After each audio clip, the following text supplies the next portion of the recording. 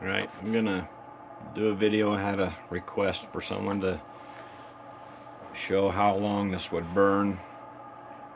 So what I did is I run it 48 hours straight without shutting it off or cleaning it, and wanted to know how I clean it and how I start it. So what I do, it's running normal there. I've been running for 48 hours straight. I don't know if you can see the drip rate in there. At that drip rate, been running pretty consistent. You can get these they're air regulator, they go on the end of a regulator for a air compressor to get rid of the moisture, or an oiler they call them, but I took this and revamped it. You can get them Amazon, eBay, Harbor Freight. I got these at Harbor Freight. I got 2 of them here. I can drain the, sorry about the shadow there, I'm not a professional photographer, but when it gets full of sediment I can just drain it out here into this. I drain it out into that. I don't get a lot of stuff, but and then I use that to start my other fire. For those of you that have watched my other videos, I moved this down from that hole up there. I moved it down halfway for 2 reasons. Is one, to give it a little bit more siphon from outside, and then I don't have as much oil to deal with in this bucket. And this is a little guide that I use that I made, slides up and down. This is my new level when it's full. It's up to here, and this is where I'm at now. And when it gets down to the bottom there, it's just coincidental that that's the right length and that's the range of where I run. But that's just a piece of this tubing that I cut and then sliced it, and then I can just pop it off and on there and then slide it up and down wherever I want, and just monitor whatever you want. And then in the other video I show the float, if you want to see some of my other videos on this. But so what I do back on task here is to shut it down and just shut this needle valve off, and then that'll stop dripping here in a second, and then I'll let it drain out till my flame goes out in there. And we'll open the door real quick. Turn your speakers down, it might be a little noisy.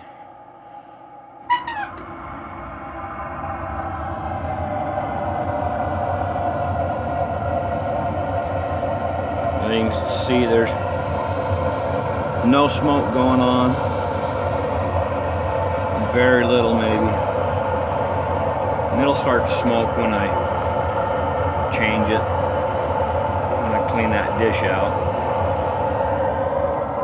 That's one of the things I want to see, is the residue in the dish, I guess. So I'm going to let that burn out, and I'll pause back in when I get to that point. Okay, so I said I'd make a video if I changed my burner size, the bowl in there, if I changed it to 6-inch. Well, I did it, and I'm really happy with the results. Keeps the flame contained in there. You can turn it down low and it won't walk around inside and eventually go out, because it's all kind of contained in there. So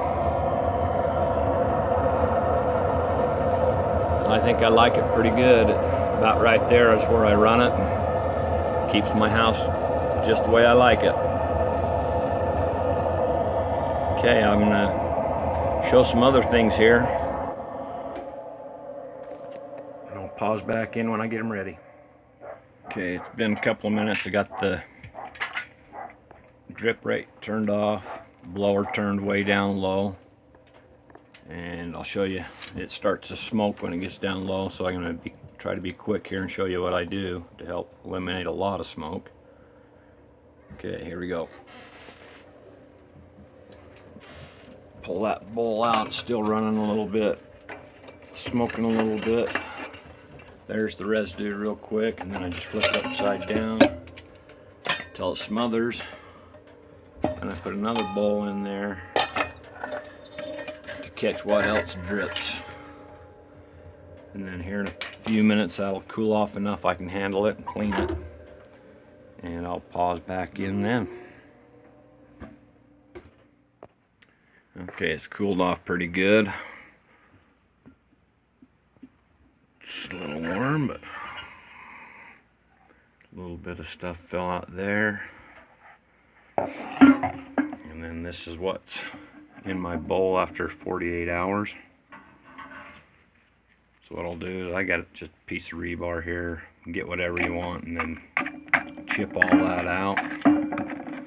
I can't do it one-handed, so I'll chip all that out and pause back in then. Okay, got it all chipped out. That's what's left. About maybe a little more than a half a cup or so. And what I like to do is leave a little bit of that fine stuff. So it's about 1/8 of an inch thick in the bottom.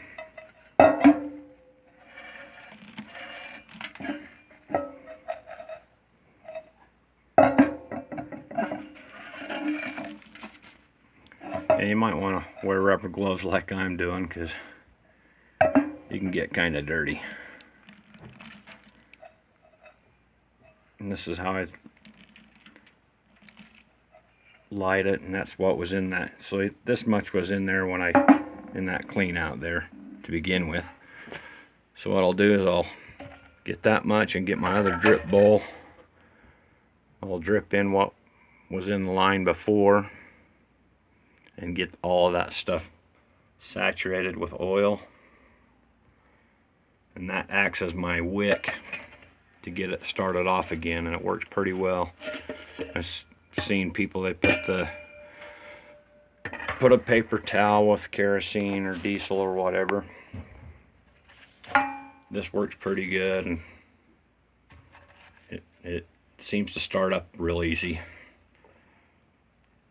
I'll stick that back in there. Clean off my nozzle, a little bit of soot on there. Center it. Then I'll turn my oil feed on. Get a little bit of a reservoir down in there. And then I'll light it off. So I'll pause out and get that going. Pause back in when I'm ready. Okay, I got a little bit of a puddle going there. So I'll put a little squirt there of lighter fluid. Make sure my flue's open, which it is.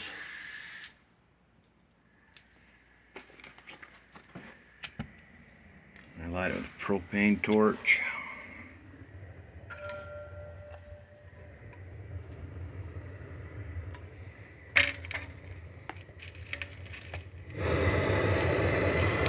I can get the bowl hot and it'll take right off here in a second.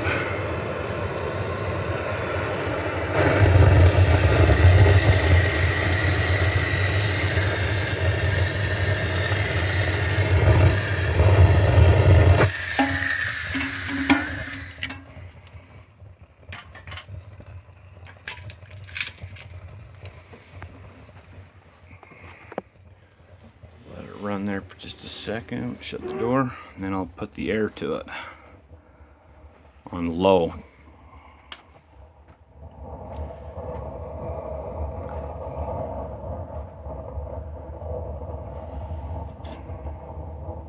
Increase the air a little bit.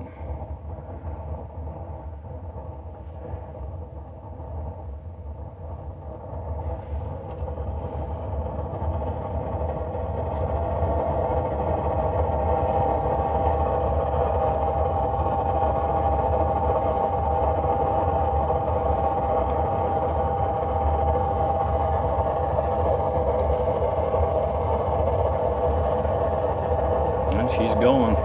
Just got to mess with the air and the oil ratio. get it back where I want it. I got a little variable speed. I can change the speed of the fan. I don't know if you can hear that in the background, but turn the fan up or down.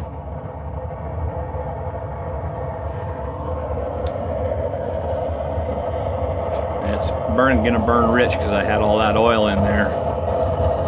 But as soon as it all stabilizes, it'll run like it was at the beginning of the video.